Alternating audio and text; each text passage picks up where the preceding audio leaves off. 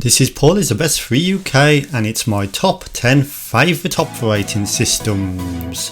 The original idea was from Dan Wood.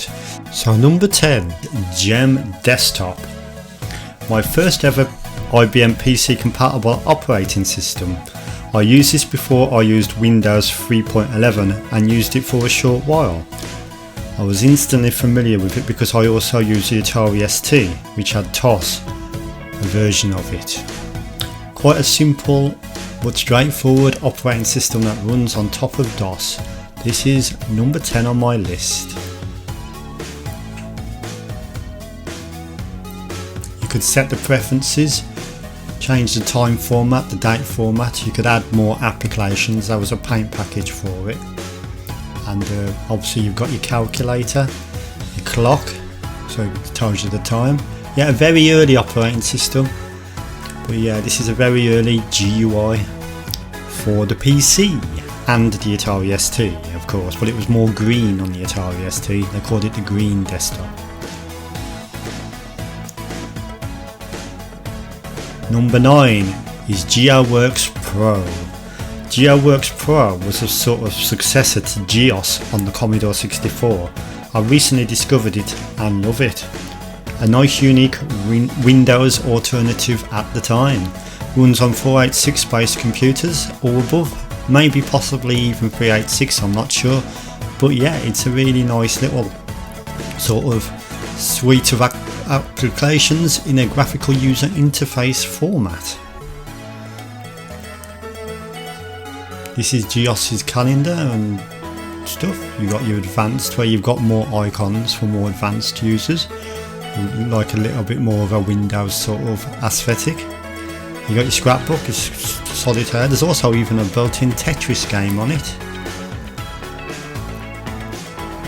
So yeah, it's sort of like a successor to GEOS on the Commodore 64, but for the PC. Another one that also runs on top of DOS.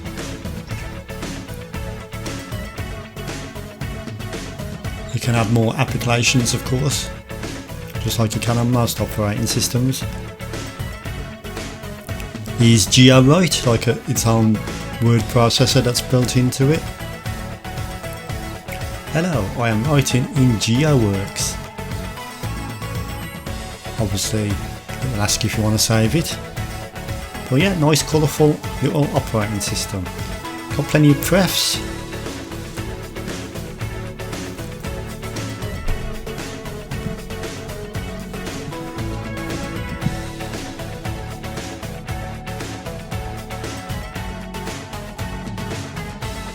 Number 8, Windows 3.11 for workgroups. Back at school we had Windows 3.1 on the computers, which was almost the same as workgroups, but workgroups added more networking features. I will always have fond memories of Windows 3.11 and it was in fact my first ever Windows based operating system at home.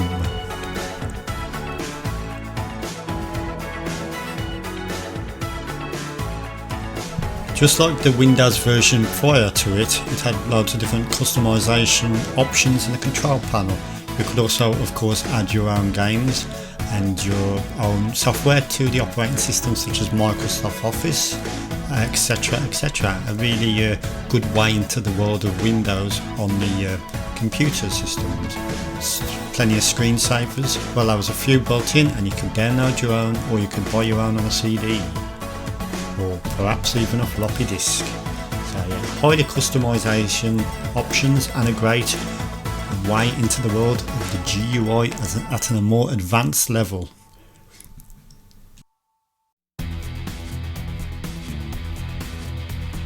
A lot of people will also have fond memories of Solitaire and Minesweeper, which are two of the games that were built into the operating system out of the box.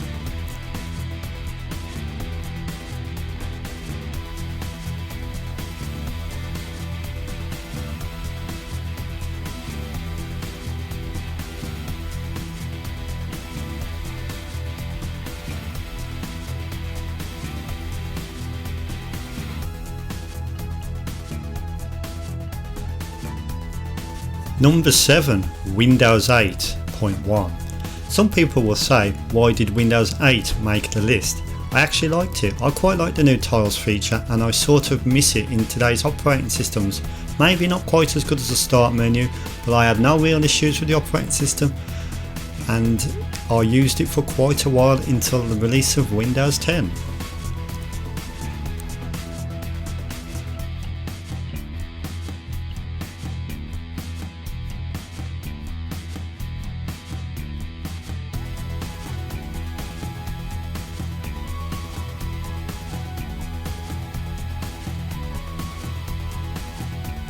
Number 6. MS-DOS or Microsoft DOS, a text-based operating system that I used for quite a while on my first IBM PC computer, the 386 IBM PS2 Model 55SX. Changed from a GUI and loved typing in the commands to get games to run. Doom or Duke Nukem 3D, anyone? I had to wait until I got a 486 class machine before I could run those, which was a few years later. Of course, Doom 2 was shown here, and Duke Nukem 3D wasn't the only games for MS-DOS. There were literally thousands and thousands of them. All good fun.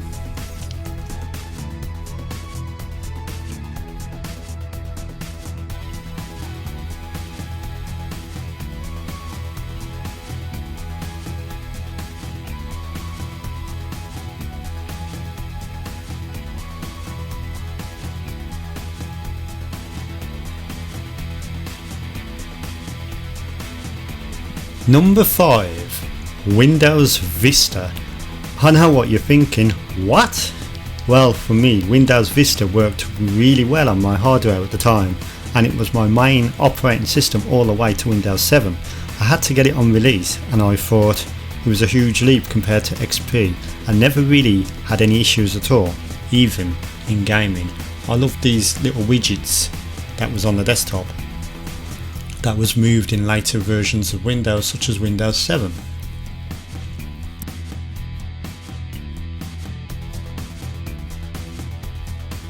Windows Vista also came with Windows Media Center, which was also later removed.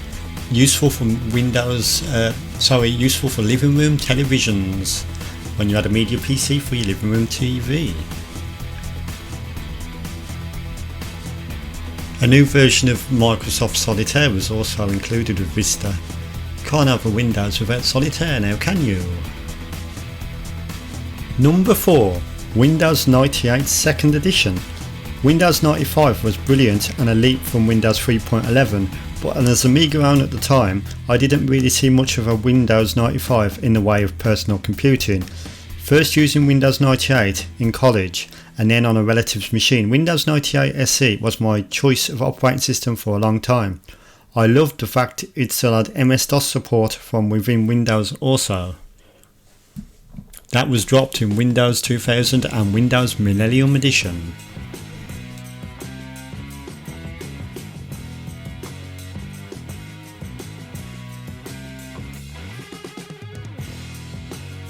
Number 3.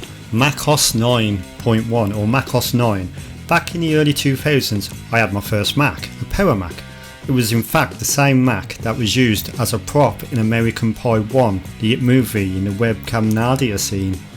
I used MacOS 9 for quite a while back then, and it sort of had a feel of the Amiga, I thought, and was a bit of a fresh change as I was using Windows a lot at this time.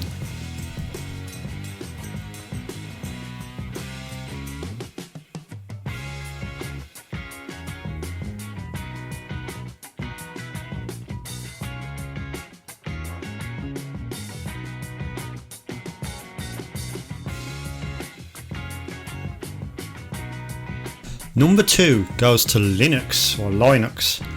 Of course, Linux is an open source, and the version you see here is the latest release of Ubuntu, but there's many different versions, distros, and you can even make your own of Linux. So yeah, very impressive, and it's used on a lot of things, such as even your phone perhaps, as Android is a part of Linux, I think.